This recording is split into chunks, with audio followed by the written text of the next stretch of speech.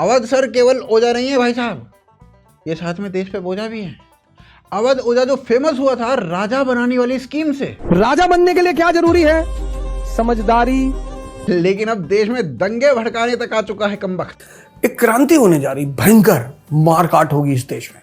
कब?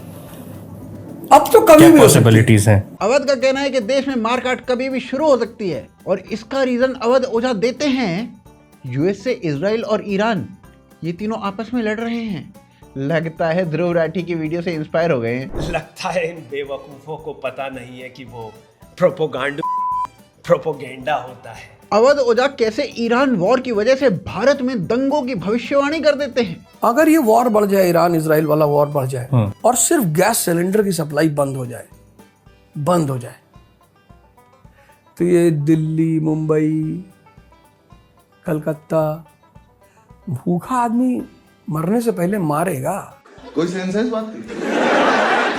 भाई साहब, अगर ओझा फ्यूचर देख ही सकता था तो अपने पॉलिटिकल करियर का फ्यूचर देख लेता, जिसका फ्यूचर था ही नहीं वैसे तो। देखो ओझा सर, बात ऐसी है कि भारत के जो कार्गो शिप्स हैं वो स्ट्रेट ऑफ हॉर्मुज से इतनी आसानी से निकल रहे हैं जितनी आसानी से भारत में बड़ी कार वाले एक्सीडेंट करके बेल पे निकल जाते हैं। एलपीजी शॉर्टेज भारत में दंगे करवाएगी, ये समझाने की नाकाम कोशिश 2 वीडियो पहले ध्रुव राठी भी कर चुका है और वही सेम कोशिश अवध ओझा ने भी कर दी। अरविंद केजरीवाल जी निश्चित तौर पर भगवान है, मैं तो उनको कह ही चुका हूँ कृष्ण के अवतार हैं वो। फिर एंड में ना अवध ओझा ये भी कहता है कि ऐसा कुछ भी हुआ तो अवध ओझा तो निकल लेगा चाइना, सारी सेटिंग करके रखी हुई है भाई ने। मैं तो चीन निकल जाऊंगा, मेरा तो है अपना सारा व्यवस्था। चीन में क्या है?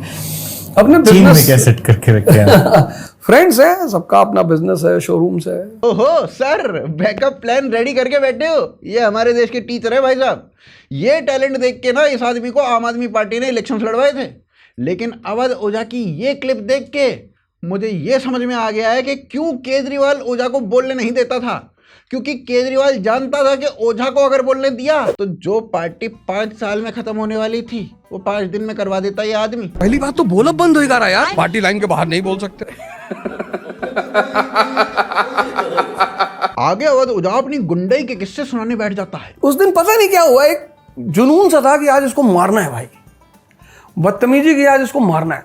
उस मारने के बाद से जो स्कूल में रौला बना, मैं दूसरे दिन बैग लेके बच्चे, भैया नमस्कार। अबे मैंने कहा भाई कौन कहता है शराफत से रहना चाहिए। फिर ऐसे छोटी मोटी इंसिडेंट्स घटती चली गई, फिर मजा आने लगा। तो गुड्डू भैया का एक डायलॉग मुझको बहुत अच्छा लगता है। कहते हैं कि शुरू मजबूरी में किए थे, अब मजा आने लगा। और किस्सों के बाद गुंडई के फायदे भी बताता है। देखो मैं आपको फिर से बता दूं, ये हमटी डमटी गोलू मोलू टाइप का जो आदमी है ना, ये टीचर है। चलो गुंडई के फायदे सुनते हैं टीचर जी से। कभी मजा आएगा। आप एक बार जेल जाके निकलो हत्या की दफा में, उसके बाद आप बाहर निकल के देखो, पेड़ और झुक जाते हैं कि भैया पाए लगी और क्या हाल है, ठीक है भैया। लगता है कि मैं फालतू में डॉक्टर इंजीनियर बना रहे थे यार, कहीं चले आओ, अस्पताल में चले आओ, फलाने आए सर काट के ले गए, वही अरे भैया डॉक्टर कह रहा है यार भैया आपको क्या जरूरत थी आने की, हम पेशेंट घर पे आके ही देख लेते। देखो भाई साहब, अगर किसी दिन ओझा सर को आतंकवादी बनने के फायदे गिनवाते सुनो तो बुरा मत मानना। इन शॉर्ट ये आदमी कांग्रेस ज्वाइन कर सकता है, शौक मत होना। हो सकता है कि अगले वीडियो में ओझा सर नक्सल बनने के बेनिफिट गिनाएं। इन शॉर्ट ये कम्युनिस्ट पार्टी भी ज्वाइन कर सकते हैं, शौक मत होना। भाई साहब देखो, देश के बहुत सारे स्टूडेंट्स तो ऐसा ही मानते हैं कि टीचर्स ऐसे ही होते हैं। वो जेएनयू टाइप के जो स्टूडेंट्स होते हैं ना, उनके टीचर ऐसे ही होते हैं। अब आगे जब ओझा जी से पूछा जाता है कि आप वेजिटेरियन हो या नॉन वेजिटेरियन हो, तो ओझा जी बताते हैं कि वो मौकाटेरियन हैं। हमको ये बताइए कि आप मौकाटेरियन तो खैर अब नहीं है, पहले थे। नहीं नहीं नहीं नहीं, ये बात कहना बहुत गलत है। अभी भी हैं आप? अरे मौकाटेरियन से बड़ा कोई चीज है दुनिया में भाई। हमें कोई ये नहीं समझ में आता कुछ शब्दों को गाली क्यों बना लिया गया है। और ये साबित करने के लिए अगली ही लाइन में मौके पे चौका भी लगा देते हैं। मौका मिलते ही ये कांग्रेस को ऑडिशन दे देते हैं भाई साहब। मेरे बड़े सारे मित्र गुजर, जाट, यादव, पंजाबी सब कांग्रेस में थे 2014 से पहले। आज सबकी गाड़ी पे भाजपा का झंडा लगा हुआ।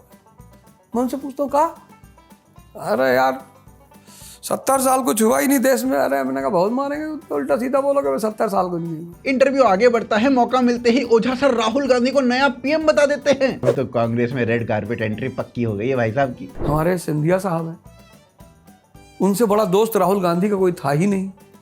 उन्होंने कहा राहुल जी मुझे कभी पसंद नहीं आया। अच्छा, इतना दिन बिना पसंद के ही साथ रह लिए। अभी 2029 में अगर राहुल गांधी प्रधानमंत्री बन गए, ये सब पता क्या कहेंगे? कहेंगे ऐसे लग रहा था तंत्र हो गया था हम लोग के ऊपर। भाजपा कामाख्या में तंत्र कराई थी तो हम लोग का आंख पे पर्दा पड़ गया था उस वक्त कुछ समझ, और फिर एक दूसरे से सब हामी भरवाएंगे, है ना सिंधिया जी? अरे बिल्कुल सही कह रहे हो, गुलाम नबी आजाद के साथ भी यही हुआ था। लो, जनता भी कहेगी हाँ यार कामाख्या में तंत्र तो होता है यार। अब भाई आखिर केजरीवाल के अंडर ट्रेनिंग मिली है। बीच इंटरव्यू में ओझा सर को याद आता है कि अरे केजरीवाल बाहर आ चुका है, तो ओझा सर फिर थोड़ी सी केजरीवाल की भी चापलूसी कर लेते हैं। आम आदमी पार्टी का जो विजन है बड़ा सिंपल सा, उसमें कोई टेक्निकलिटी है नहीं, जनता को विचार करना चाहिए इस पर। उस पार्टी का विजन ये है कि ह्यूमन रिसोर्स को इंप्रूव कर दो। और ह्यूमन रिसोर्स इंप्रूव कैसे होगा? शिक्षा से और स्वास्थ्य से। तो जहां ह्यूमन रिसोर्स इंप्रूव हो गया उसका आउटकम क्या होगा? इलेक्शन सुधर जाएंगे। उसका आउटकम क्या होगा? डिमांड्स पब्लिक की बदल जाएगी। कांग्रेस और आप के बाद ओझा सर एक ट्राई बीजेपी पे भी मार देते हैं। कुछ आपके वीडियोस पुराने 2021, 22, 23 के दरमियान आप सबसे टिकट मांग रहे थे। नहीं, भाजपा से मांग रहा था। भाजपा से मांग रहे थे। कुछ दिन रुको, ये आदमी टीटीपी लश्कर सबकी टिकट मांगने लगेगा। भारत में तो कोई पॉलिटिकल पार्टी इसने छोड़ी नहीं है। लगे हाथ अवध ओझा गांधी और नेहरू की भी तारीफ कर मारते हैं। अब भाई ना जाने राजमाता किस बात पे खुश हो जाए, तो सब कुछ ट्राई करो। भैया आप गांव जाता हूं, जब मैं गोंडा जाता हूं, इलाहाबाद जाता हूं, बहुत सारे लोग मिलते हैं। भैया आप गांधी जी की भैया बहुत तारीफ करते हैं, भैया क्या किए हैं गांधी जी? हम कहे दोस्त अगर ये बात तुमको समझ में आ जाएगी ना तो मेरी जगह तुम बैठोगे। अरे कोई अवध ओझा को ये समझाए कि राजमाता केवल उन्हें ही पीएम बनाती हैं जो बोलते ना हो, और अवध तुम तो भैया जरूरत से ज्यादा बोल देते हो। गांधी के बाद लगे हाथ नेहरू के पक्ष में भी ओझा सर दो बातें बोल ही देते हैं। एक नेता है बिहार के हैं शायद, उन्होंने कहा, कोई स्टेटमेंट दिया कि जब गांधी जी की हत्या हुई थी तो नेहरू जी एडवीना के कमरे में थे। ये लगता है खड़े होकर, पता नहीं जो भी हो, ये लगता है दरवाजे में की हो उसे झांक रहे थे। देखे होंगे तभी तो इतना कंफर्मेशन से कह रहे हैं। मतलब तुम लोग क्या बोल रहे हो, इस देश की क्या स्थिति है और आप लोग क्या बोल रहे हो, आपको समझ में आ रहा है? और नेहरू पे टिप्पणी करने की औकात किसी की नहीं है इस देश में। भाई साहब, नेहरू को इतना डिफेंड कभी कांग्रेस ने नहीं किया होगा जितना डिफेंड ओझा सर कर रहे हैं।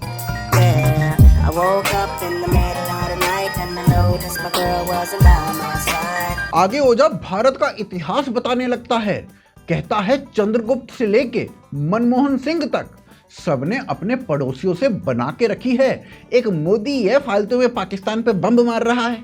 जैसे हमारी विदेश नीति ये रही है चंद्रगुप्त मौर्य से लेकर मनमोहन सिंह तक कि हम अपने पड़ोसियों से झगड़ा नहीं करते, क्योंकि हमारे पड़ोसी हमारे समृद्धि के रास्ते हैं। बहुत ही जल्दी ये ओझा मसूद अजहर, ओसामा और बड़े साहब तीनों की तारीफ करता हुआ भी दिख सकता है। भाई साहब इस हिसाब से जा रहा है। और ISI लश्कर को ज्वाइन करने के लिए मोदी को तो गाली देनी ही पड़ेगी ना, तो ओझा सर ये फॉर्मेलिटी पूरी कर देते हैं। उस आदमी को बदनाम किया गया। ट्रंप ने एक ऐसी बात कही, ट्रंप ने कहा कि मैं मोदी जी का राजनीतिक कैरियर खत्म कर सकता हूं। कैसे कह सकता है किसी कैसे देश कह का सकता ये वो आदमी? आदमी? मतलब ये बोल कैसे रहा है ये बात वो? फिर उसने कहा कि ये कनाडा आए थे तो मुझको फोन किए कि सर मैं आपसे मिलना चाहता हूँ। हाँ, मैंने कहा ओके यू कम।